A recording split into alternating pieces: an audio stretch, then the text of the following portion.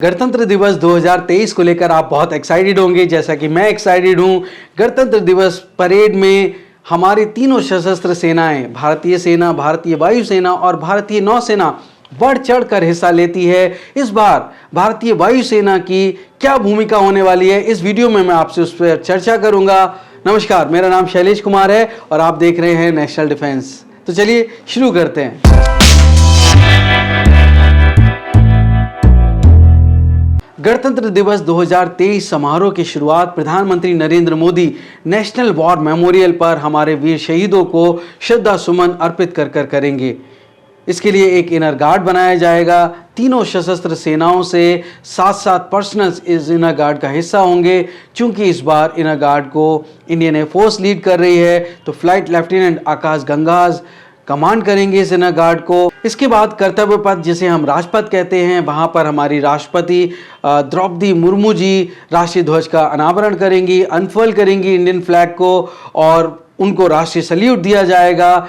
Unfurl करने में जो फ्लाइट लेफ्टिनेंट कोमल रानी हैं इंडियन एयरफोर्स की, वो उनको मदद करने वाली हैं। अगर हम रिपब्लिक डे परेड में भाग लेने वाली इंडियन एयरफोर्स की मार्चिंग कंटिंजेंट की बात करें, तो बहुत ही कठिन सिलेक्शन प्रक्रिया से गुजरने के बाद कंटिंजेंट कमांडर और जो बाकी एयर वॉरियर्स हैं उनका सिलेक्शन हुआ है। जब हम सब लोग बिस्तर में रात को सो रहे होते हैं, तो ये सुबह सुबह 4 बजे या उससे पहले उठकर तैयारी करते हैं। कर्तव्य पथ पर बहुत ही ज़बरदस्त मेहनत, कठिन परिश्रम का नतीजा होता है कि आप बेस्ट मार्चिंग कंटिंजेंट को राजपथ या अब कर्तव्य पथ पर देख पाते हैं।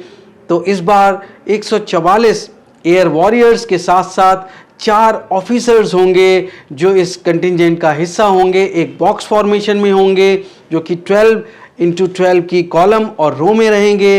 तो इस बार की जो कंटिंजेंट है इंडियन एयरफोर्स की, उसको लीड कर रहे हैं स्क्वाड्रन लीडर सिंधु रेड्डी और उसके साथ साथ 3 supernumerary officer, flight lieutenant Ayush Agarwal, flight lieutenant Tanuj Malik और फ्लाइट लेफ्टिनेंट प्रधान निखिल होंगे। इसके साथ साथ आप देख पाएंगे कि कैसे 2011, 12 और 13 में जैसे इंडियन एयरफोर्स ने बेस्ट मार्चिंग कंटिंजेंट का अवार्ड जीता था राजपथ पर परेड के दौरान, उसी तरह 2022 में उनको पॉपुलर चॉइस कैटेगरी में भी बेस्ट मार्चिंग कंटिंजेंट का अवार्ड मिला था। इस बार देखते हैं कि कौन सी कंटिंजेंट इतनी भाग्यशाली होती है।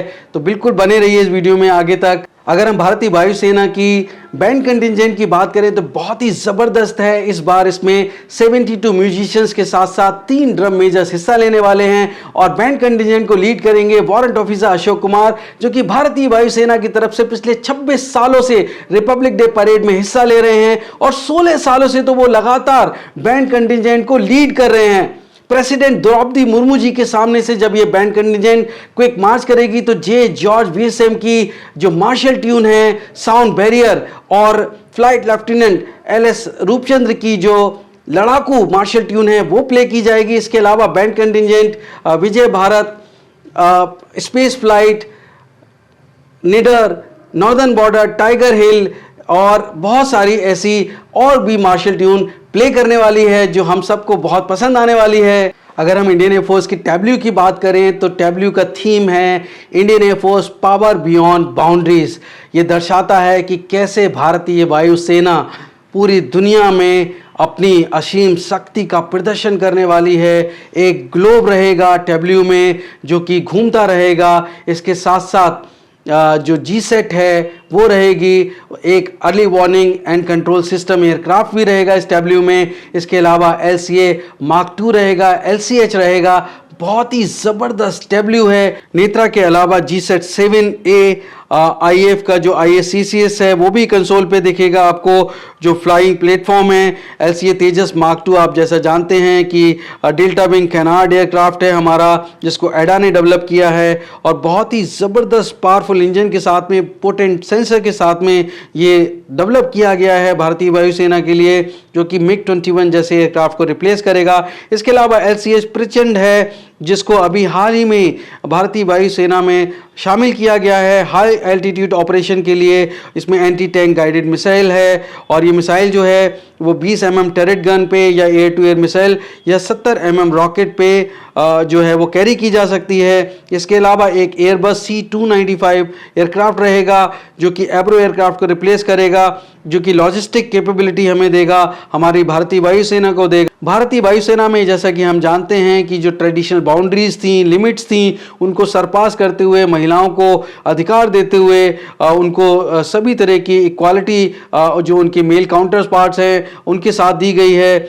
और इस तरह से एक ऐसी सर्विस बन गई है जिसमें नारी शक्ति की जो ट्रू स्पिरिट है वो भारतीय वायुसेना सच में प्रदर्शित करती है। इसके अलावा जो स्पेशल फोर्सेस गरुड़ हैं और उनकी जो स्पेशलाइज्ड इक्विपमेंट हैं, उन्होंने भी जो इंडियन एयरफोर्स है उसकी कॉम्बैट कैपेबिलिटी को बढ़ाया।